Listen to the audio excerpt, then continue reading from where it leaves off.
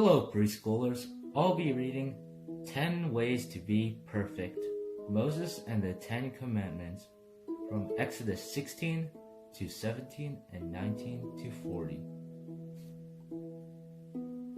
So there they all were, grannies, granddads, babies, uncles, aunts, children, moms, and dads, out there in the middle of the desert. They had blisters from all the walking. They were hungry and thirsty and much too hot. "We don't like it," they said. "It stinks." And so did they, for that matter, because no one had taken a bath in weeks. Now remember, because this is something they'd forgotten, God had done amazing things for his people. He'd hidden them inside a cloud, he'd moved the sea, he'd set them free. But God's people still weren't happy. They didn't care about being free. Wasn't it better when they were slaves? At least they had lots of nice food to eat. "God doesn't want us to be happy," they said. It was the same lie that Adam and Eve had heard all those years before. God had brought us out here to kill us. God didn't love us. But they didn't know God very well, did they?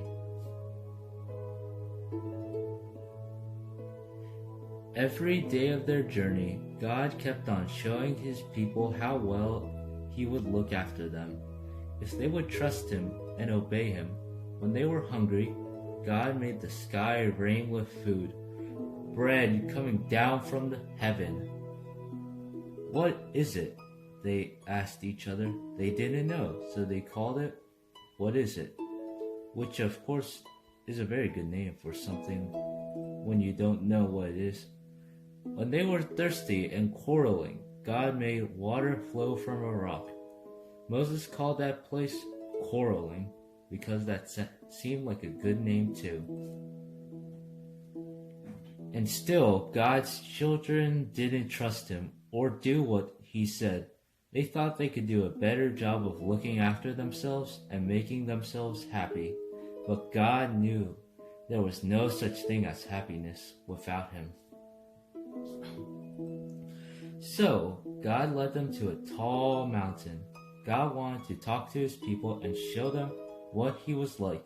He wanted to help them know him better and tell them about the special land he was going to give them. "The whole earth belongs to me," God said, "but I have chosen you. You are my special family. I want you to live in a way that shows everyone else what I'm like, so they can know me too."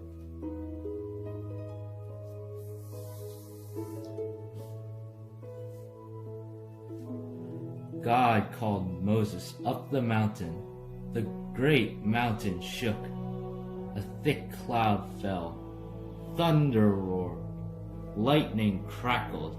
And God gave Moses 10 rules called commandments. "I want you to love me more than anything else in all the world, too," God told them.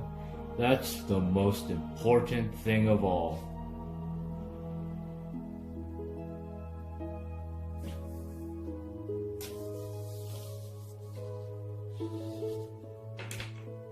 God gave them other rules, like don't make yourselves pretend gods, don't kill people or steal or lie.